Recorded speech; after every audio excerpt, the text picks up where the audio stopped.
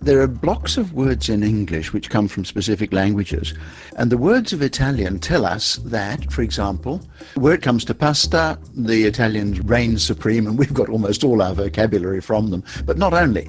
There are lots and lots of coffee words as well. There are lots of words, particularly in music.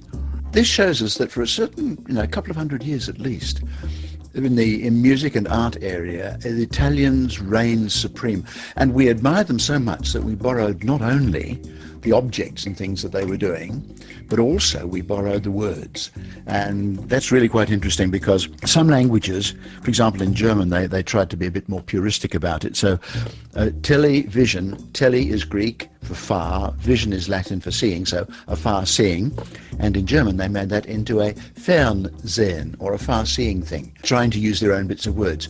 Italian, we just borrowed into English, holus bolus, and loads of very important words which give us most of the entire pasta vocabulary, but also masses of coffee words, for example like doppio and latte and lungo and ristretto. If you really know your coffee and you've got a barista, and that's another Italian word, you want to impress, then you start asking for some of these more out there, like corretto, which means correct or proper coffee, and you'll show yourself to be a real connoisseur.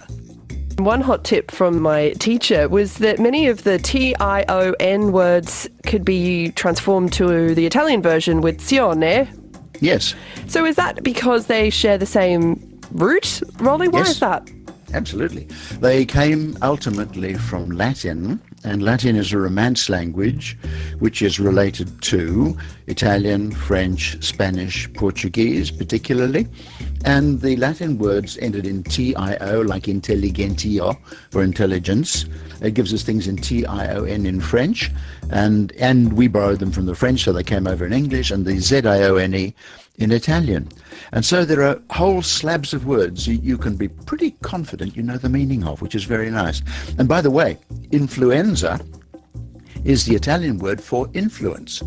And that's where we got it from. It was abbreviated to flu in the 19th century, before we got the Spanish flu, for example. But that is actually quite an ominous word because it has an influence on your medical system and so on. And it was borrowed, I think, in the 18th century from Italian, and has been with us ever since. Do all languages borrow words from other languages? Is there resistance in some languages to words that aren't, original or words of that mother tongue? Oh yes, some languages are quite pathological about keeping foreign things out, and Icelandic is a particularly good example. They don't like using foreign roots from another language, and so they invent things of their own. German does the same, but then in the 19th century everybody spoke French throughout Europe. It was the language of culture and society, and so they started borrowing lots of French words as well. English is the ultimate mongrel. It borrows from everywhere, virtually without any kind of restraint, and that's why the English vocabulary is so huge, because we've got blocks of words like, if you have your heart is the organ inside you, and that's a good old German word.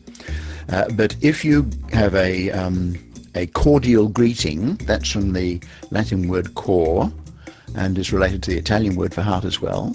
But then if you go and have a medical event, you have a cardiac arrest, that word is Greek. So we've got an English word, a French word, and a Greek word all together in English for one idea, and that means we've got to learn a lot of different forms of the words to be appropriate, depending on whether we're going to the doctor, to a cocktail party, or to see your friends around the barbie. English has a bigger vocabulary than any other language at the moment. English has got an enormous wealth of different roots and an enormous vocabulary, and it's growing all the time. No one actually knows how many words there are in English. They reckon possibly 1 million, could be more. No one can grab them because all the time slang is being developed in different parts of the world and new technical languages coming up. And we are always someone running after the truck after it's just about gone.